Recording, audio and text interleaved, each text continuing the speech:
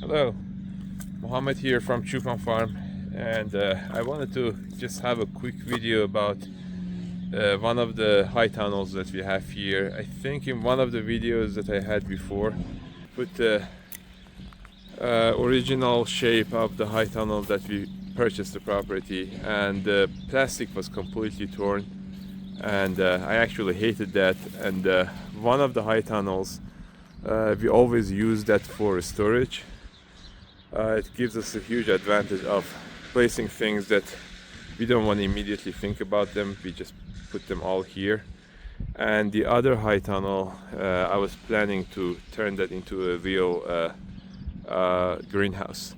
So I removed the plastic of this one, so this doesn't have any plastic anymore. All of them are collected here to be recycled. And the other one that is a storage, I went with the Pro Panel sheet metal. It's a 26 gauge, and I installed that around the curve that it has, and as a result I couldn't go this direction, so I had to put them horizontally, stack them together, and I will put some videos of the work process that I recorded, maybe a couple minutes, but the problem here is when you get to the top, when you want to go all the way to after this area, these things are not really designed to handle a huge structure from the top. So what I did was, first I added these braces, so it adds a little of the structure, and then I jacked with the 2x4, I jacked under the area that I was just standing on a ladder. And I will add the video that I have for that, the stage of the work. But after all of that, you can see on top, I reached this area and this area from the two sides. Still, I can't go to the top of it. And the idea was, for the top, I don't go with the Pro Panel, I go with the plastic, clear plastic, corrugated roofing. So it take advantage of the natural light.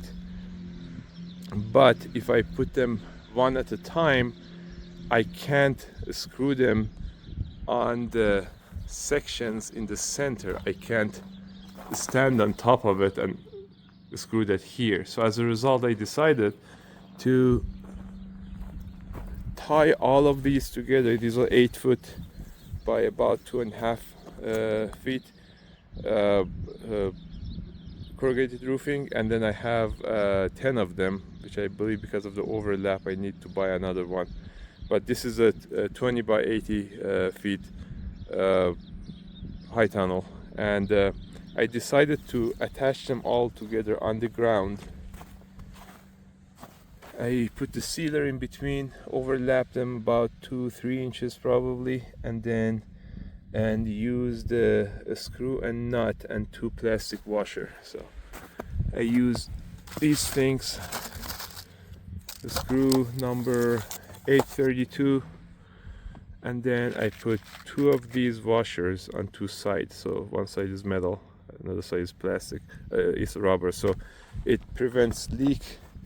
At the same time, the metal, it gives that a little structure. So I'm just apologize for my voice, I have a cold, so, and you can see this noise on the ground, it doesn't stop us from working here. So I still need to attach all of these, and the plan is, after we're done with all of that, we're just gonna lie that here, attach 2 ropes, and from the other side we're gonna pull the ropes, and then 2 of us, my wife and I, and then we can pull them all the way to the top. As soon as it is on the top, it's just gonna stay there, and then I can put the ladder, reach this area, and then screw all the edge along the roofing. I can screw them. But yeah, I will make sure that I capture the finish of the work. But I just wanted to make sure that I have some voiceover from the middle of the work, and I didn't have a chance to start the video from the beginning. I mean, you can either do the video or you can do the actual work. So the plan is for the front, I still have some of more of these pro panels. So the plan is for the front, I'm also gonna put that, and hopefully if the door fits, I'm thinking about moving my truck here, because the truck doesn't fit in the garage. So that's gonna be another stage. But yeah, the back wall I'm gonna completely block it. The front wall I'm just gonna put the pro panel on the surrounding, except the gate, and the gate probably is gonna be kind of garage gate maybe down the road. One thing I forgot to say is, even though this looks like white, the sealer, this is a DAP 230 clear, so it turns to be clear after it's cured, but right now it is white, so it shows that which area it is applied, but after it's completely cured, it is going to turn out to be clear.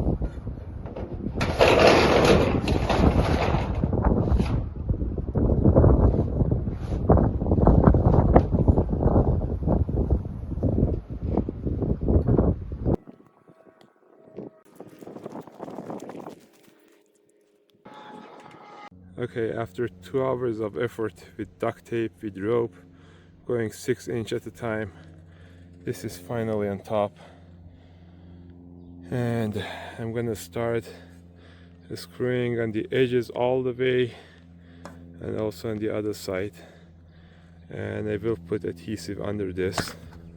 I will put adhesive under this, a sealer under this, and then put the screws over it. But yeah, that should take care of this part. Okay, it is finally done. You can see the sides are sealed and they're all stitched to the bottom layer of the sheet metal, and what remains now is for me to go from the inside, remove the plastic. So all these plastic, remove them from the inside so we can just enjoy the light from the outside.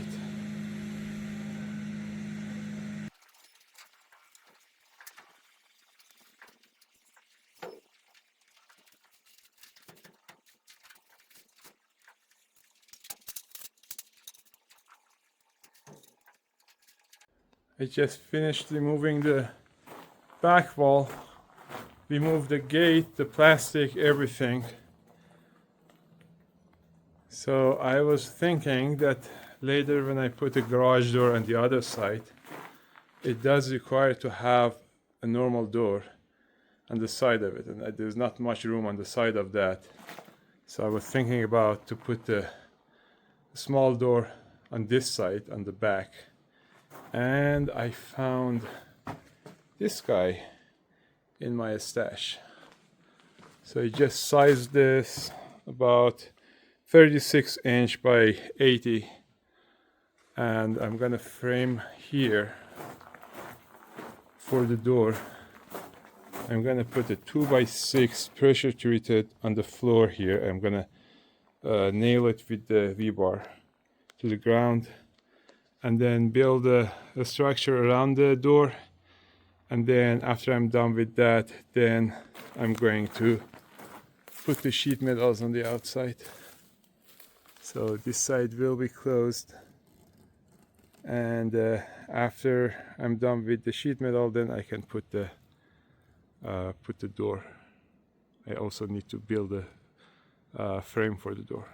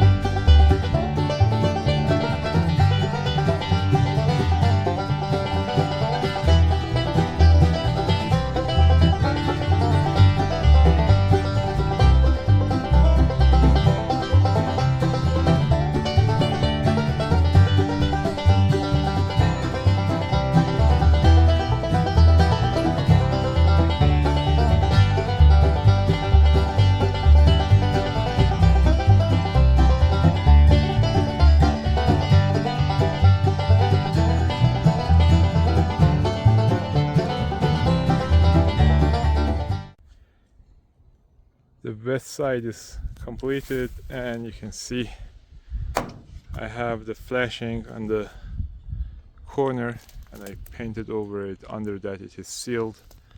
I installed the door here. I found the door inside the same greenhouse within my trash. And I also, it's interesting that I also found a really nice lock for that. So yeah, all set on this side, and ready to go to work on the other side. Okay, for this side, before I start framing anything, first up, I want to keep the same style door for now, but I'm planning for the future to have a kind of garage door, the roll-up garage door, or sliding up garage door. And I need to plan ahead of time for all the margins that I want to have. So from the inside, if I look at that, this is a 20 feet diameter, and I did a rough calculation. If I want to have about 18 inches from the top clearance for the garage door, and about 6 inches on each side to have for the framing of the garage door rails. And also, if I want to achieve the goal of putting this big guy, this guy over there, This requires about 9 feet of width and just a few inches less than 7 feet for the height. So height is more important for me because for the width I can fold the mirrors and go in, but for the height I can't do anything. So I'm going to stick with 7 inches of height from the ground up, 7 inches, sorry, 7 feet, and then 1.5 feet on top of it. That leaves me exactly, if I just stick to the perimeter of this circle, it leaves me exactly 9 feet of width. So it's going to be, the inside is going to be it's going to be 7 feet height and 9 feet width, but clearance on each side is going to have 6 inch on this side, 6 inch on the other side, and 18 inches on top. And that's how I'm gonna frame this. For now, I'm just gonna remove all the plastic, remove the existing gate, remove all the framing inside, and then put new frame, and then start placing the sheet metal around that, and put the same type of door for now on the new frame, but down the road I'm gonna probably change that to automatic garage door.